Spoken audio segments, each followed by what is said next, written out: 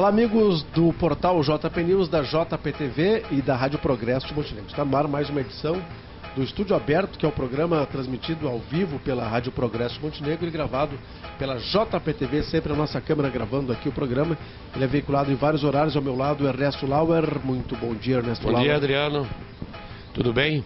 Tudo bem? Uma satisfação de estar aqui novamente, e eu cumprimento os nossos radionautas, né? Desejando um bom dia a todos. Bem, Ernesto, essa lei que está entrando em vigor nessa semana em relação à proibição de fumódromos e também a novas restrições de fumo, sei que tu és uma pessoa que batalha contra o cigarro, né?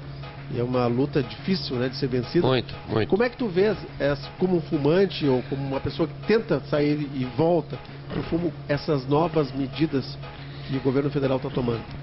Bem, Adriano, nós estamos vendo que os fumantes estão diminuindo em número, muito. E as pessoas estão deixando de fumar, levando em consideração principalmente essa campanha que foi feita na área da saúde, alertando os malefícios que o fumo provoca. É aquela fotinho que tem atrás? Isso, não só aquilo, mas todas as campanhas, os jornais falando, né, dos malefícios do cigarro, e isso te cria um sentimento de culpa, né? E esse sentimento de culpa te leva a vontade de parar de fumar, o que é muito difícil mesmo. E agora mais essa medida de não poder de se fumar em lugares fechados, né, públicos ou privados, restaurantes, aquilo, inclusive debaixo de marquises, né, em áreas públicas, debaixo de marquises não pode fumar. No campo de futebol não pode? Não pode fumar. Não pode mais. Não. E, por exemplo, ali no café tem uma marquise da frente, o pessoal fuma ali porque é na rua. Também não pode. Mas agora não pode mais, né? Então, o que isso está ensejando a restrição, diminuindo o espaço de fumar. Isso vem a ajudar também a que o fumante adote, né, medidas para parar de fumar. E vá buscar subsídios em médicos. Nós temos vários programas aqui em Montenegro, na Secretaria da Saúde. Nós temos um programa, né, sob o comando do Dr. Franzak, né, e inclusive é fornecido o remédio, o bupropiona, que ajuda a parar de fumar. Então isso é muito importante, Adriano. É muito importante que essas campanhas dessa natureza incentivam a tu não pegar o cigarro, né, a não experimentar o cigarro, e também aqueles que fumam a parar de fumar. Acho válido. E com relação à aplicação da lei, como é que tu vê isso? A fiscalização, como é que vai ser feito? Isso é que eu... É outro problema, né? Eu não vi a íntegra da lei e as reportagens, né, nos jornais, elas não manifestam quem vai exercer a fiscalização, né? Se é a Vigilância Sanitária Municipal, se é a Brigada Militar, quem, né? Só estabelece ali a multa de R$1.400 ou R$1.500 ao dono, ao proprietário do estabelecimento que permitir que fume, né, nessas áreas internas e externas, né? Não pode fumar. E veja assim, Adriano, hoje tu praticamente restringe o fumo à tua casa ou a determinados lugares públicos, né, que não tenham acesso a tantas pessoas assim, né? Agora, como é que vai ser feita essa fiscalização? Quem é que vai aplicar a penalidade? Essas que são elas, né? Aí eu não tenho conhecimento de quem vai exercer essa fiscalização. Se não exercer a fiscalização, não tiver quem faça isso, então vai ficar o dito pelo não dito, né? Vai ser uma pena, né? Porque realmente é uma iniciativa interessante para diminuir ainda mais, né, Laura? Sim. Muito bem, Laura, a gente vai seguindo aqui com mais informações dentro do nosso estúdio aberto, né? Uma notícia aqui que diz que o município de Maratá assinou no final da manhã de ontem, terça-feira, um convênio com o Badesul através do programa Badesul Cidades. Assim, o convênio de R$ 657 mil será aplicado em obras de infraestrutura urbana.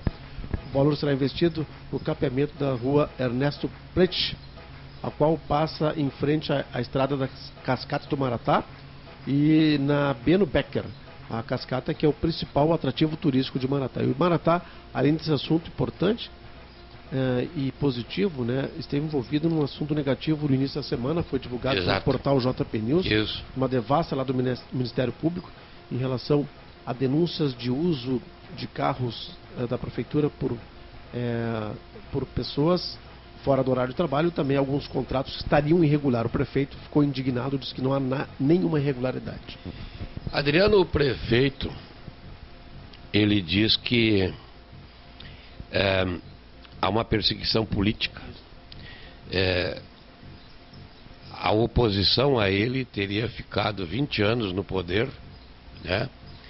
Praticamente teria feito muito pouco, e ele agora está fazendo muito, e isso ensejou ciúmes, né? E também essas comunicações de irregularidades ao Ministério Público. Agora eu vou falar como ex-promotor de justiça, né? Como promotor aposentado. O Ministério Público não faz, né, uma diligência dessa natureza se ele não tiver em tese, né, subsídios. Em tese não, se não tiver subsídios, né, que em tese caracterizam um delito. Entende? Ele precisa ter subsídio, porque essa diligência, ela é autorizada pela 4ª Câmara. A 4ª Câmara é a Câmara especializada em julgamento de prefeitos do Tribunal de Justiça, né? E inclusive nesta diligência que ocorreu segunda-feira, um desembargador se fez presente para acompanhar a lisura, né, dessa diligência. Então, pode dar origem de perseguição política, mas há fundo de verdade, pelo menos subsídios, né? Então, se há subsídio, tu tem que buscar mais elementos de prova para chegar a uma conclusão de oferecer ou não uma denúncia posterior, né? Então o Ministério Público está agindo dentro da lei, de conformidade com os ditames legais, está buscando essa prova, porque há indícios suficientes, né? Então não é uma mera oposição, né? É que a oposição forneceu elementos. Se foi a oposição que forneceu esses elementos, ela forneceu elementos que caracterizavam indícios fortes, né, para se instalar um inquérito, inclusive para que houvesse a diligência. Certo. Bem, como o João Batista Teixeira disse ontem, né, se for constatado que não há nenhuma irregularidade, será um selo, um carimbo de qualidade da administração do prefeito, né? Evidente. É isso que eu digo. Existem indícios. Sem esses indícios, não teria sido autorizada a diligência. Certo. Agora, se tu buscares mais subsídios, mais elementos de prova, e ficar caracterizado, né, que nada aconteceu, que aqueles subsídios não passavam de elementos vazios, né? Então, sim, eu acho que a administração só tem a ganhar, né? Muito bem, Laura, agora, para quem ouve a gente ao vivo, são 11 horas e 41 minutos. Esse é um programa da Rádio Progresso de Montenegro, gravado pela JPTV e portal JP News. O presidente do PT de Montenegro, Marcelo Azevedo, convocou a imprensa para ratificar a composição do partido com o governo Paulo Azeredo e Aldana. Na semana passada, o líder do partido já havia anunciado que o PT iria compor com o governo. No entanto, o vice-presidente do PT disse que não era o momento, e agora há uma posição oficial por unanimidade do Diretório Estadual do partido, aprovando o ingresso do Partido dos Trabalhadores no governo Paulo. E o próprio Paulo já falou de 2 nomes, que é o da Simone e do próprio presidente do partido. Veja bem assim, esta questão de um partido aderir, né, ou não a uma administração, né, é uma coisa interna corporis, né? Ela se passa a nível interno no partido. Essas decisões têm que ser tomadas pelos membros do partido, pelos integrantes da executiva, e se houve divergências, buscar subsídios, né, junto à esfera estadual, que reuniu e por unanimidade determinou que se faça essa. Claro, né, se há divergências, ainda cabe recurso a nível nacional, né, ao Diretório Nacional. Não sei se isso vai acontecer ou não. Depende de cada um dos membros, né, que divergirem. Então, veja assim, Adriano, é muito difícil para mim, né, ingerir dentro de uma coisa interna de um partido. Mas certamente isso foi pensado, foi visto também se há vantagens, né, ou haverá vantagens, né, de fazer essa adesão, e também o fechamento de questão. Isto que eu disse, né, por exemplo, o Tuco estaria fazendo uma oposição ao Paulo. Eu não vi oposição da parte do Tuco. O Tuco simplesmente participou de uma CPI e participou agora da comissão do impeachment. Todas as vezes ele votou contra o prefeito Paulo, né? Votou contra naquilo vamos dizer assim, particular, na ação do prefeito Paulo. Agora, nas leis de interesse do município, o Tuco sempre votou a favor. Isso é inegável. Eu não vi ainda a Câmara negar, assim, por oposição ou por perseguição, negar um projeto de lei, né? A criação da Secretaria da Mulher, né, e dos Direitos Humanos, eu acho que uma secretaria de muito proveito. Seria interessante isso, né? Veja, nós temos um conselho tutelar para cuidar da infância e da juventude. Nós não temos um conselho tutelar para tutelar a adolescência, a velhice, a terceira idade. Nós não temos um conselho para tutelar a mulher. Nós temos uma delegacia da mulher. Nós temos... nós pretendíamos ter em Montenegro, quer dizer, o prefeito Paulo pretendia ter uma secretaria para aumentar esse trabalho e até de forma coordenada com essa delegacia da mulher, né, dar mais subsídios, mais apoio, né, a essa problemática que envolve as mulheres, né, no seu relacionamento, principalmente aquele relacionamento com o homem, né, decorrente do casamento ou do companheirismo, né? Então eu acho muito válido. Agora, houve uma divergência de ordem técnica, de que não foi feito o estudo de impacto.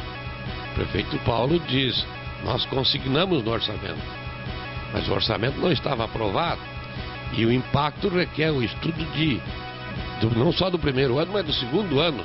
Como é que isso vai refletir? Enquanto vai refletir? Porque a Câmara tem que fiscalizar se o gasto com o pessoal não está entrando na área perigosa, na área de risco, né? Que é perto dos 40 e poucos %. E veja, um grande número de municípios brasileiros está enfrentando isso. Estão na área, passaram da área de risco, né? O governo do estado aqui gasta 60%, 70% só com o pessoal, né? Então, isso a Câmara tem que fiscalizar. Então eu acho que realmente o projeto não foi votado, foi rejeitado, mas por uma questão técnica ele poderá voltar o ano que vem e ser aprovado. Agora são 46 para quem ouve a gente ao vivo. Olha só, em videochat promovido ontem pela Câmara dos Deputados, o deputado Cláudio Cajado, do DEM da Bahia, adiantou alguns pontos do substitutivo que ele apresentará ao projeto de lei 3722 de 2012, que regulamenta a aquisição e circulação de armas de fogo e munições no país, revogando o Estatuto do Desarmamento, que é a Lei 10.826 de 26 de 2003. E ele já adiantou que vai propor 25 anos de idade para a compra de armas de fogo e 30 anos de idade para o porte. Ele disse que a ideia dele não é que seja revogado totalmente esse Estatuto do Desarmamento. Segundo ele, apesar de haver esse estatuto, o número de mortes ainda é muito grande no Brasil, né, por armas de fogo. O Adriano, o estatuto, né, ele previu o desarmamento dos homens de bem, certo? O marginal, ele com lei ou sem lei, qual é o trabalho dele? É justamente infringir a lei. Então, com lei ou sem lei, ele vai andar armado, né? Agora, o que o estatuto pretendia do desarmamento? Que o cidadão não tivesse arma. E sempre se é instruído: se você sofrer um assalto, não reaja, né? E não tendo arma é importante, porque você não vai reagir. Então, só que nós chegamos a uma sistemática muito dura, que dificultou sobremodo a compra de armas e também o fornecimento de porte, né? Eu, por exemplo, eu tenho porte automaticamente pela minha carteira de promotor de justiça. Agora, eu nunca dei um tiro com revólver. Já tirei de arma. Com arma eu já tirei, mas com revólver nunca. E nunca terei, não é? Mas tem pessoas que elas enfrentam situações de risco e elas precisam andar armadas. Então eu acho que uma lei minimizando o Estatuto do Desarmamento, ela é muito importante. Você tem essa faixa etária proposta aí? Eu até te digo o seguinte: dentro dessa faixa etária, tu até terias que olhar assim se o cara tem condições psíquicas, né? Eu acho que o sujeito deveria levar um atestado de um psicólogo, de um psiquiatra, né, dizendo que ele tem condições de usar arma de fogo, né? O doutor Sérgio Pila dizia, né, eu dou um carro, aliás, um revólver para muitos, mas eu não dou um carro para esses mesmos muitos, né?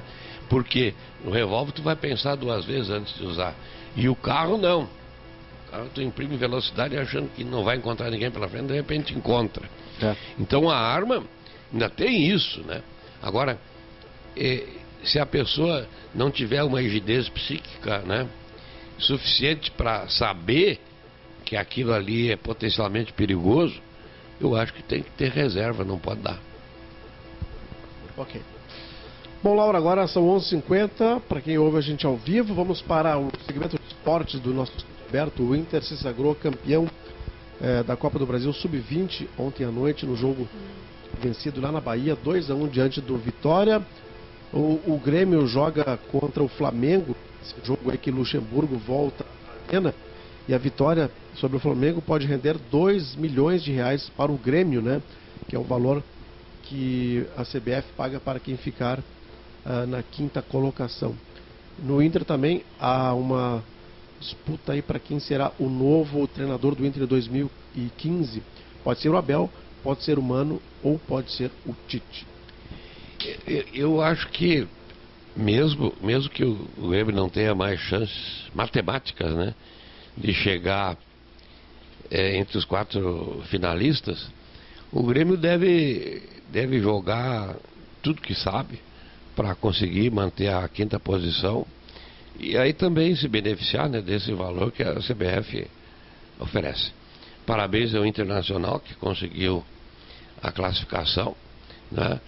E também eu vejo assim, Adriano, que o esporte o esporte bretão, como eles chamam, né? O futebol de campo, né? Ele está muito bem representado no Rio Grande do Sul, né? Há exemplo também do Minas Gerais, né? Nós temos as duas equipes muito bem posicionadas, e aqui também nós temos nossas duas equipes muito bem posicionadas, né? Terceiro e quinto lugar, né? Tomara, né, que isso aconteça. É verdade. Que o Grêmio chegue lá na quinta posição.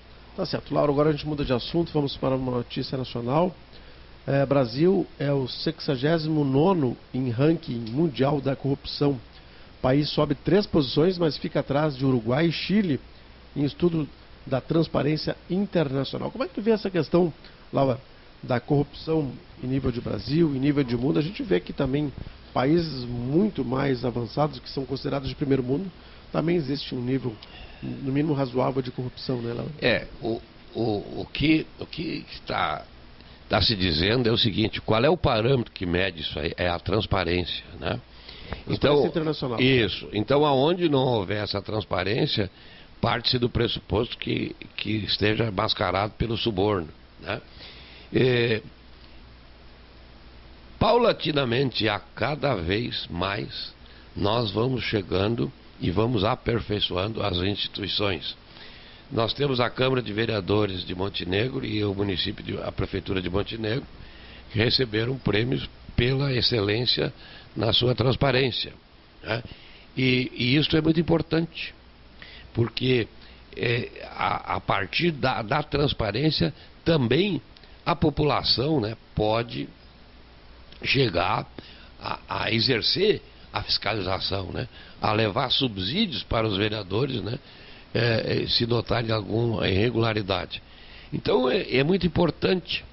E também a atividade do Ministério Público, da Polícia Federal, da Polícia Estadual e do Poder Judiciário, em sendo duros, né, na busca